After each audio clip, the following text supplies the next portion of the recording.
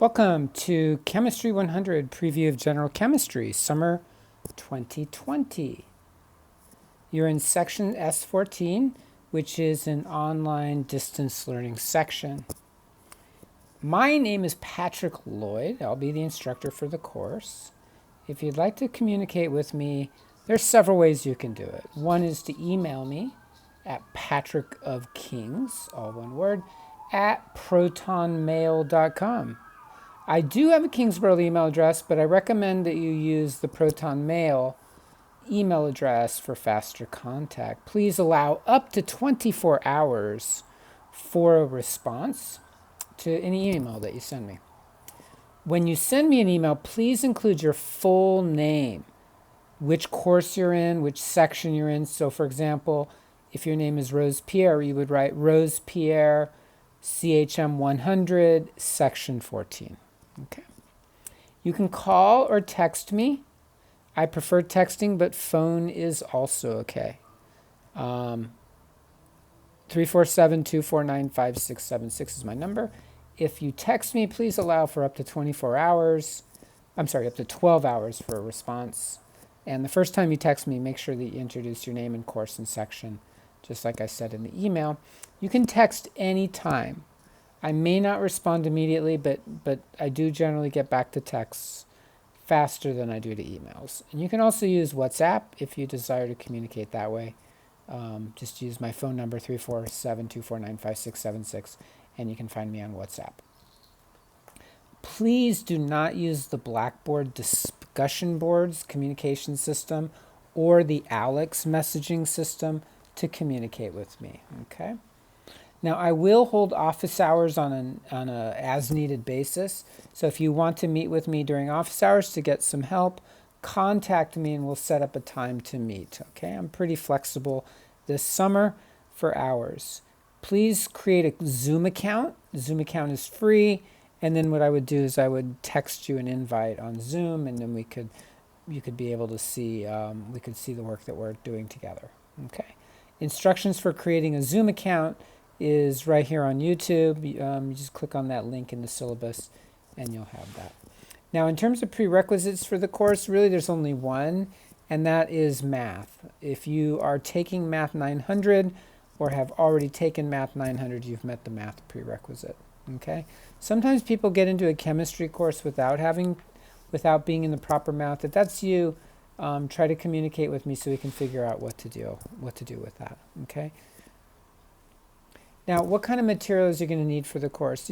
Since this is distance learning, you're going to need a personal computer. Could be a laptop, could be a desktop. You need a tablet would be helpful as well, and a smartphone with high-speed internet access. Possession of all three is recommended, not required. You just got to have at least one of them, but at least a personal computer, a PC, or a MacBook or something like that. But all three are useful. For communication, the phone is better, for faster communication, that is, and tablets can be useful as well for convenience. Software requirements include, you got to have a modern internet browser, Safari or Chrome, something like that. Okay. Now, we're going to use a course learning system, and the textbook is part of that course learning system. It is called ALEKS, A-L-E-K-S. This is where you're going to do your homework. This is where you're going to take your exams. This is where you're going to read the ebook.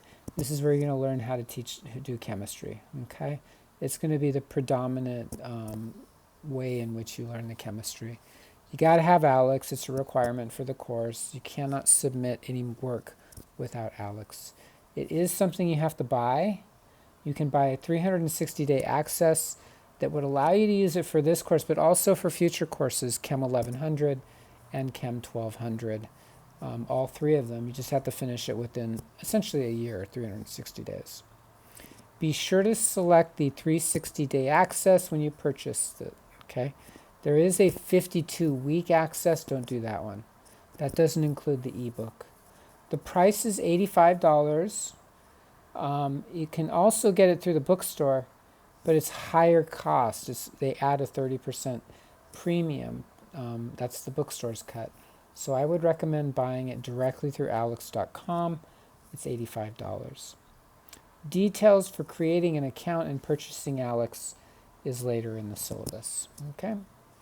You also need the chemistry textbook, perhaps the 4th edition, published by McGraw-Hill and written by Julia Burge.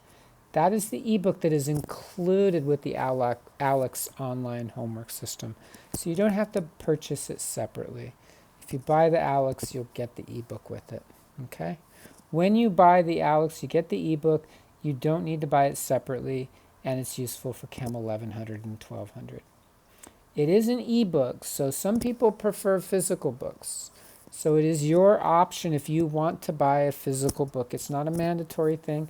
It's not a requirement, but you may want to do that. The link here to bookfinder.com is a way to find the book. The title is Chemistry. The author is Julia Burge.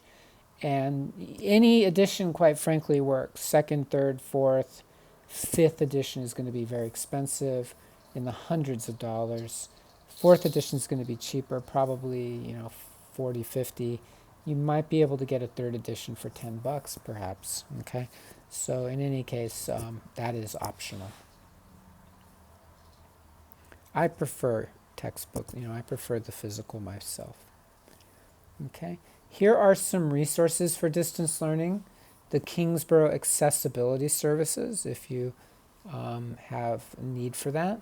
The Kingsborough Tech Support IT, and that would be useful for things like Blackboard and your email, your Kingsborough email. So the links are given there. Tutorial services, if you would like to sign up for tutoring, that is available at the college, so the link is there as well. The Kingsborough Academic Integrity Policy, procedures is listed here. ALEX could be useful, ALEX support. If you have technical problems with ALEX, they can help you. So the link to McGraw-Hill Education is right there. The privacy statement and policies for ALEX is listed, as is the accessibility features of ALEX, the Zoom privacy statement, and Zoom accessibility policies and features. Links to those are also given. So just to kind of go over what you'll need in terms of software, you do need Blackboard. Of course, that comes with your Kingsborough studentship. And what I would recommend is that on Blackboard, you check the announcements on Blackboards every day. I will not post an announcement every day, but I will post announcements, so check it every day. Now, I will set it up to send emails to your official email address that Blackboard has as your email address, but I would check the announcements just to be on the safe side, okay? If you have any technical questions about Blackboard, please contact the Kingsborough IT department. You will also need the ALEX Online Learning System. We'll talk about that a little bit later. You need that for homework and to take exams, okay? Complete knowledge of this system is essential for success in the course. You really want to be an expert on ALEX. 100% of your course grade comes from working in that system. Of course, you'll need an email program for communication with me, and if you do choose to take advantage of office hours with me, you will need to use the zoom.com video conferencing account. It is a free account, but you can also get an app, so Zoom also has apps that you can download. Now, what will we learn in this course? The material that we're going to learn is covered in the textbook Chemistry by Julia Burge. It's designed for chemistry science majors. We're going to cover things like atomic theory, mass mole calculations, types of chemical reactions, thermochemistry, gas laws, and theories. These are all the topics that are covered in the next course, Chem 1100. We're only going to cover some of those topics, okay? So I'll show you which ones we're going to cover. But that list, everything from atomic theory of matter all the way to properties of solutions, that's a first semester course. This is a preview of general chemistry, so we're only going to cover a few of those. So based on the ebook, in the first 2 weeks, which is June 22nd through July 5th, we will cover Chapter 1. Chapter 1 has 6 sections, 1.1 through 1.6. In these sections, we'll look at the study of chemistry, classification of matter, the scientific measurement, properties of matter, uncertainty in measurement, and using units in problem solving problems, okay? The third and fourth week, July 6th through the 19th, that's where we'll talk about atomic theory, the structure of the atom, things like that. In weeks 5 and 6, July 20th through August 3rd, now we'll get into mass calculations, such as molecular and formula masses, percent composition of compounds, all the way through limiting reactants, okay? So we've broken it up into 3 components, 3 chapters, 2 weeks for each chapter, which is not that bad of a pace, but if you're not careful, you will run out of time very quickly. It will always work that way. So particularly if you're taking another course and you're saying, look, that other course has a grade associated with it, maybe it's a bio course with a laboratory, be very careful because this course can get out of hand after a while if you don't work on it daily. Each chapter in the ebook has problems to help you develop problem-solving skills and to better understand the material. There's sample problems. These are worked out examples. You should do all the sample problems yourself. There are practice problems which are listed as A, B, and C. You should do all the practice problems that are listed A and B by yourself again. And then there are checkpoints in each section. These are multiple choice problems. And again, you should do the multiple choice problems as well. So here's a recommended method for using a textbook to help you understand the material in this course. Step 1, read the text. So for example, read section 3.1. Just read the text. Really try to understand what it's saying. Step 2, try the sample problems that are in that section yourself. There could be 1 or 2 or even 3 sample problems. Those are the worked out examples. So, but try them yourself. Don't just read them and look at what the author did. The author has a PhD in chemistry, so they clearly know how to do general chemistry. What you want to do is you want to learn how to do general chemistry. So you're going to do the sample problems yourself, not just look at what the author did.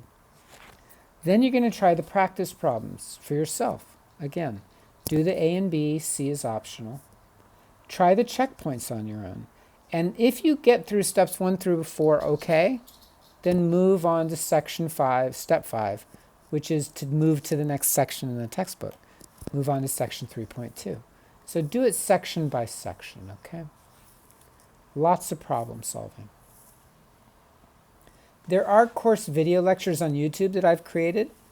Each section in the textbook has a video lecture, or more than one even. And a solution to the sample problems are also there, okay?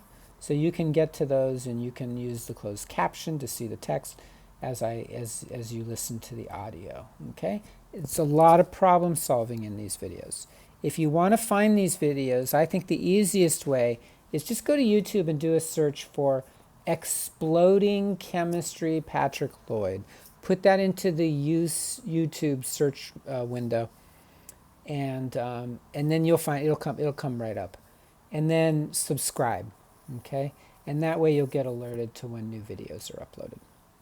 If you have additional problems, for example, the A or the B or the checkpoints or any other chemistry problems, just let me know. Get in touch with me. I could maybe even just create a little video showing you my solution and upload that onto YouTube. That way you could see it. It could help you, but it could also help another student. Okay? Details on the ALEKS homework and access to the course ebook. As I said, the ebook is part of the ALEKS learning system, and this is 100% of your course grade. Some terminology. The first term to be aware of is objectives. Objectives, we would think of that as an assignment. So for example, if I said, hey, do all of these problems and turn it in, that would be under ALEKS called an objective. So it's a set of different types of problems. Each objective has a due date. Okay, we'll talk about that in a moment. Now, each objective has what are called topics. Topics. Topics are a type of problem. Okay? Each objective has 10 to 20 different types. Actually, it's more than 10 to 20.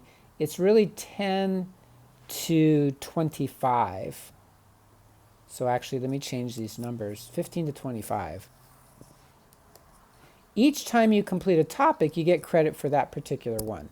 And that's completion of part of the objective, okay? So the whole group of topics is called an objective. Each type of problem is called a topic, okay? Now, for this course, there are 3 objectives. So the first one is for Chapter 1. It has 18 topics, and it is due July 6th at 11:59 p.m. Eastern Time. That is right before midnight, okay? So you have 2 weeks to complete that assignment. That's actually quite a bit of work because there's 18 different types of problems. So that comes out to about a little under 1.5 types of problems that you have to complete every day if you didn't take a day off. The second objective is for Chapter 2, and it has 24 topics, which you got to complete in 2 weeks. So that's a little bit more, right? And then Chapter 3, 25 topics, and that's due the last day of the course. So 2 weeks, 2 weeks, 2 weeks. It just turns out this course is set up for 6 weeks, okay? Some colleges do these courses in 4 weeks during the summer, others 5.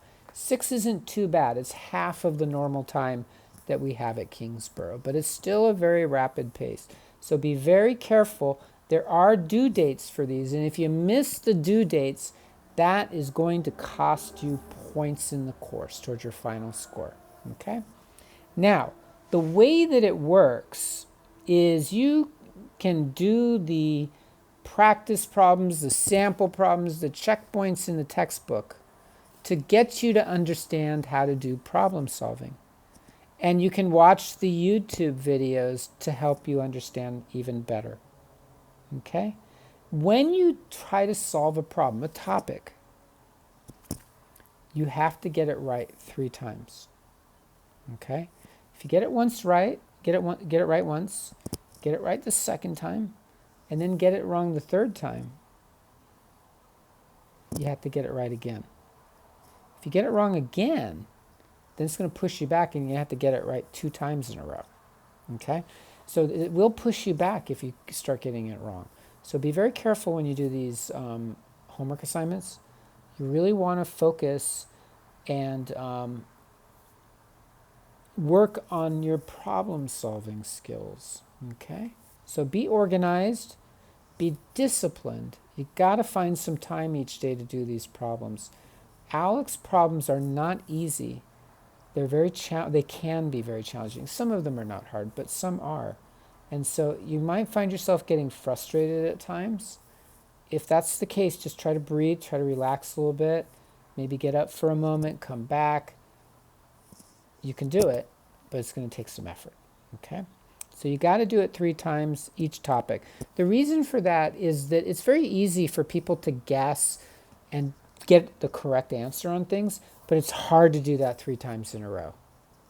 So it's put in there in a way to essentially not allow you to get through just by, well, I think it's this, and then it turns out you're right that time. The other thing that it does is it changes the problem a little bit the second time. Just a tiny bit. But if you don't really understand what you're doing, changing something a tiny bit can get the wrong answer for you because you didn't really understand what you were doing. So it's put in there, it's set up for you to do it 3 times. Okay? Due dates are fixed. The due dates will not be changed. However, suppose that you're having a tough time one week and you don't finish all the topics. So let's say for the first one, we have 18 topics and you only got 12 of them done. You will get credit for those 12 topics. So you would get 12 out of 18, which is 67%. Okay? If you complete an objective early, meaning let's say you finish objective 1 with 3 days, or let's do objective 2, I'm sorry. Let's say you finish objective 2 with 3 days to spare. It will open up all the earlier topics and you can work on those as well. Okay? Now, there are what are called knowledge checks. There's 3 of them scheduled for this course. One is the initial knowledge check, and the other 2 are just called knowledge checks. One of them is after Chapter 1, which is Objective 1. One of them is after Chapter 2, which is Objective 2. So initial, and then one after Chapter 1, one after Chapter 2. 3 knowledge checks. These are designed to test your understanding of the material after you've worked on lots of different types of problems. If you figure out how to solve a type of problem, but you didn't understand what you were doing, the knowledge checks will be able to determine that. And they can tell this person does not understand what they're doing. And then they will essentially take away credit toward completion of all the topics for the ones you don't get right.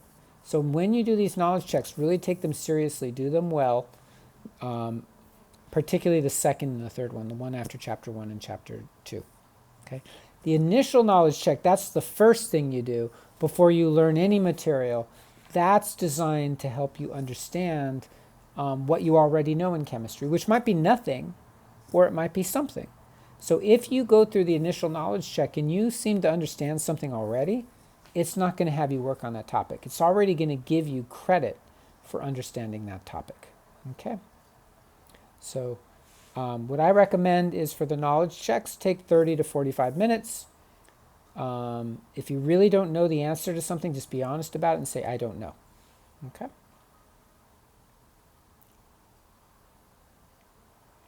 Exams will take place on the ALEX platform. You'll have 3 exams, Chapter 1, Chapter 2, and then an accumulative Chapters 1 through 3. I've set it up so that you have several days, a large window to take these exams. So you can take Exam 1 anywhere from July 1 to July 7. You can take Exam 2 anywhere from July 15 to July 21. And then the final exam, which is all 3 exams together, you can take that anytime between July 23rd and August 3rd. So in theory, you could finish this course July 23rd if you really wanted to. You have a certain amount of time, and it becomes available at midnight of the day listed at the beginning and then goes off at midnight the next day. At the last day. You have 1 hour to complete the exam for Exam 1 and 2, and then Exam 3 is longer, so you'll have more time for that one. I believe 2 hours and 15 minutes. Exam dates do appear in the ALEX calendar, so be sure to check the ALEX calendar, not the Blackboard calendar. I'm not putting any dates in the Blackboard calendar, but be aware of deadlines and assignments, okay, on the ALEX calendar. I recommend changing the calendar to a month-long view so that you can see all sorts of a longer frame of time. There are practice exams on ALEX. Those are available already. Those are essentially just practice for the exam. They're optional. They do not count towards your grade. Those are just to get you ready for the exams. Now, in terms of ALEX, what you want to do is create an account if you don't have one already. Chances are you don't. So here we go. This is alex.com right here. And what you're going to do is you're most likely a new student. So you're going to go to sign up right now. And then you're going to put in the class code. So coming back to the syllabus, the class code is right here. So I'm just going to copy this and then come over to ALEX. There we go. And hit continue. It's going to search for our course, and there we go. Preview of General Chemistry, Summer 2020, Section 14. And Patrick Lloyd, there's the dates, Kingsborough. Yep, that's it. And if you have used ALEX, go ahead and just log in using your personal information that you have for it. Chances are you haven't used it. Okay, so then you can put in your name. So I'm going to put in Rose Pierre. Oops. And then you want to put an email address. So rose.pierre at kbcc.cuny.edu. Hit continue. Oops. Oops, sorry. Rose.pierre at kbcc.cuny.edu.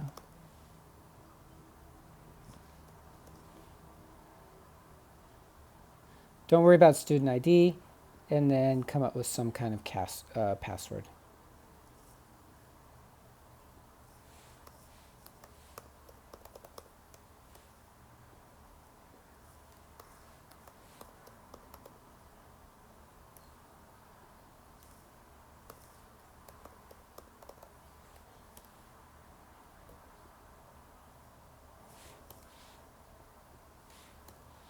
Oops. I'm going to try a different one.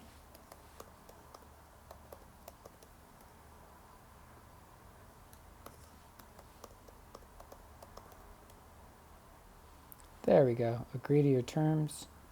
Hit continue.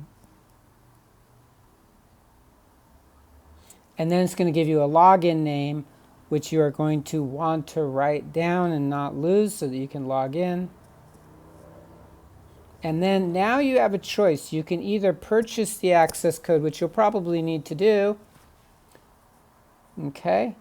If you do not have money for a few days and you need time to get the money, there is a temporary, what's called a financial aid access code right here. It's only good for 2 weeks.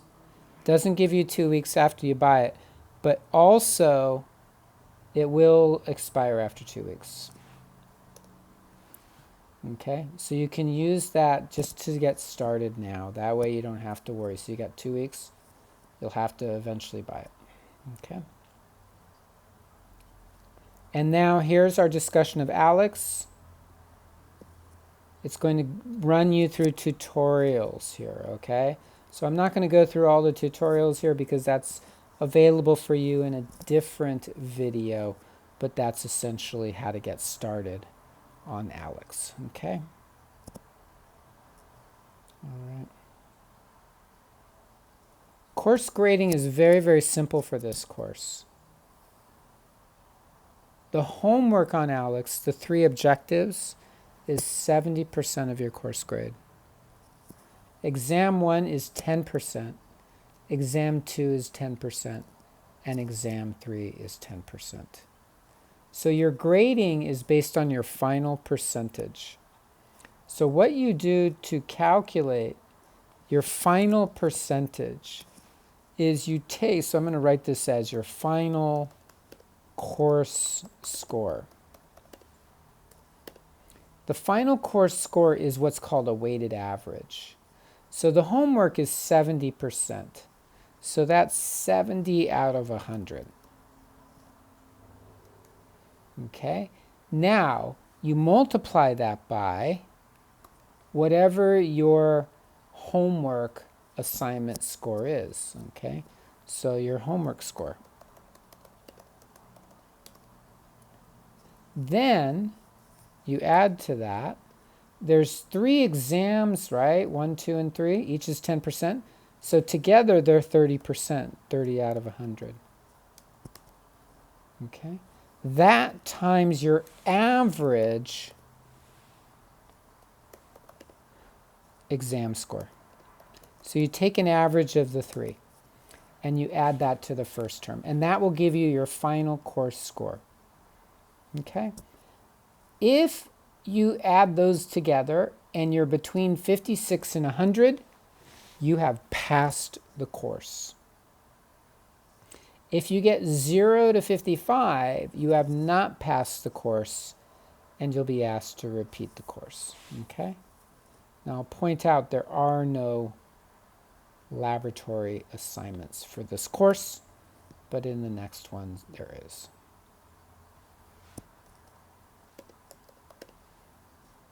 Okay, so pass or repeat. Now here is a list of optional problems you can do. These are what are called end of chapter problems, and there's 3 assignments.